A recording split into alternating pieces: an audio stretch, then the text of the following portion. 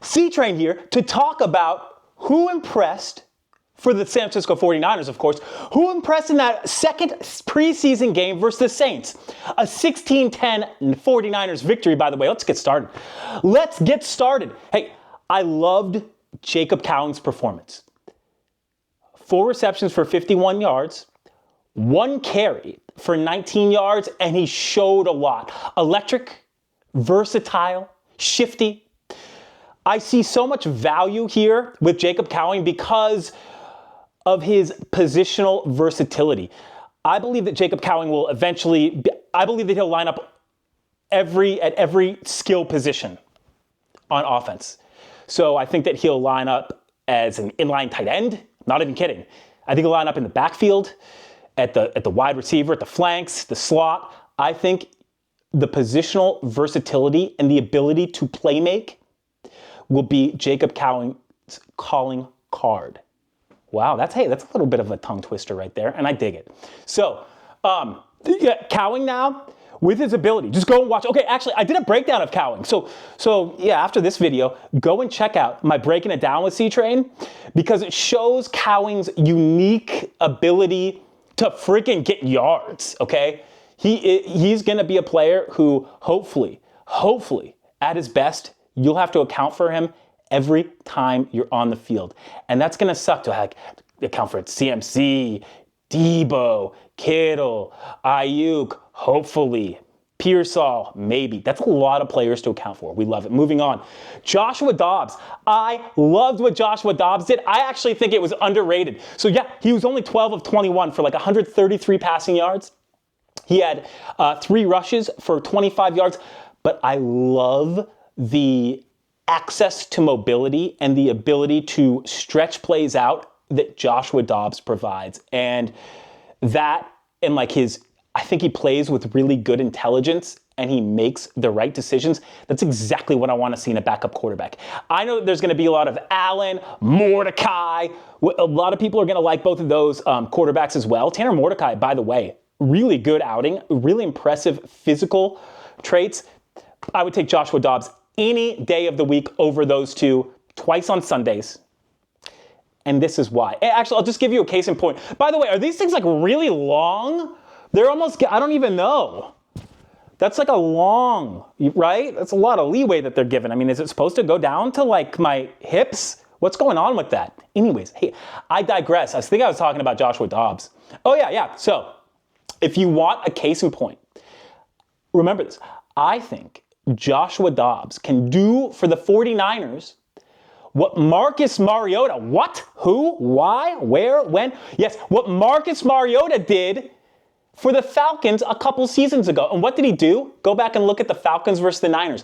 Marcus Mariota had a little bit of a masterclass, but he showcased his ability.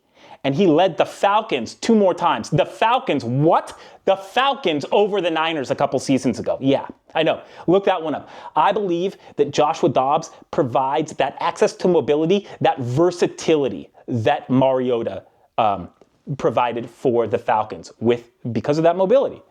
And just good football IQ. Moving on. Dominic Pooney, I'm sold. Offensive guard, offensive lineman, Dominic Pooney, their rookie. I think that they should shut him down. I've seen absolutely all I've needed to see. He is the starter at right guard. Pencil him in, good to go. I don't need to see anymore. He looks amazing. I love his anchor, and it's like he's an offensive lineman that does the best thing, the thing that I want to see all offensive linemen do. Get in between your man and the person with the ball. It's just so simple, and he's perfect at doing that. He's great. It's just like, no. Does he have like the power of like a Mike Iupati? I don't think so. Does it matter? No, because he's just in the way. And that's perfect. That's perfect. Get in the way, don't hold, provide good anchor, and hopefully we can get him using that, pulling that big body around on some good runs, in front of good old Christian McCaffrey. Good name, Christian McCaffrey, by the way. Really good name. Moving on. Defense, do we have a new hit squad? Wow. Jair Brown, Malik Mustafa, Bernardo Green. Those are 3 names to remember. And specifically with Green, the Niners need to figure out how to get him on the field, how to get him doing his thing, and they need to do it soon.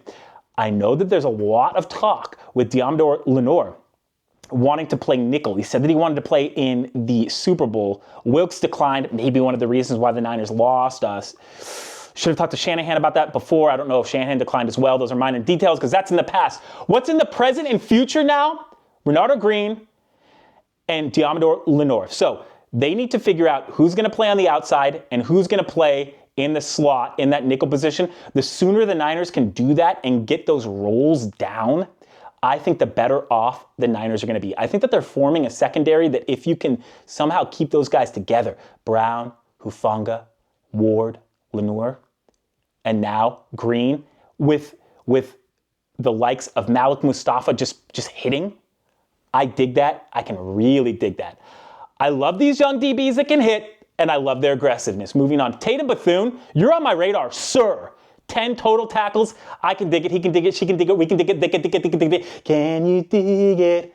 I can dig it, baby. And last but not least, hey, Jalen Graham, linebacker. I looked up, like linebacker. Was he playing a little bit at defensive line? I don't know. But he got a sack, and I like the way that he plays. He plays hard. Now, this is my sleeper. Can Jalen Graham provide enough energy and enthusiasm to push a player like Campbell, like Devontae Campbell? I don't know. Probably not. But again, Jalen Graham, you are on my radar. Yo, that was super fun. This is going to be a great... Do we play the Raiders on Friday? Excuse me. Do we play the Raiders on Friday? That could be a fun game. We always like those Niners-Raiders. Hey, quick one. I once went to a Niners-Raiders preseason game. It was at the old Candlestick. I had like my glasses and braces. I'm a dorky guy. I still am.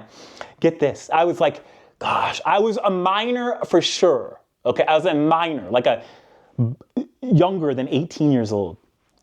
A Raiders fan. I'm leaving. I might have had casts on too. I may have had my broken arms. So like braces, glasses, like a minor. Some drunk older Raiders fan literally kicks me in the back. No, listen to this.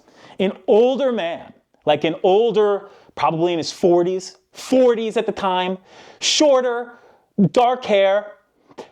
Yeah, he started to curse at me and he kicked me in the back. Luckily, I'm okay. My back is okay. And like a bunch of Niners fans swarmed them. But yeah, Raiders fans in class, I don't know. What's up with that? Look, by the way, I'm not generalizing. I'm saying what happened to me.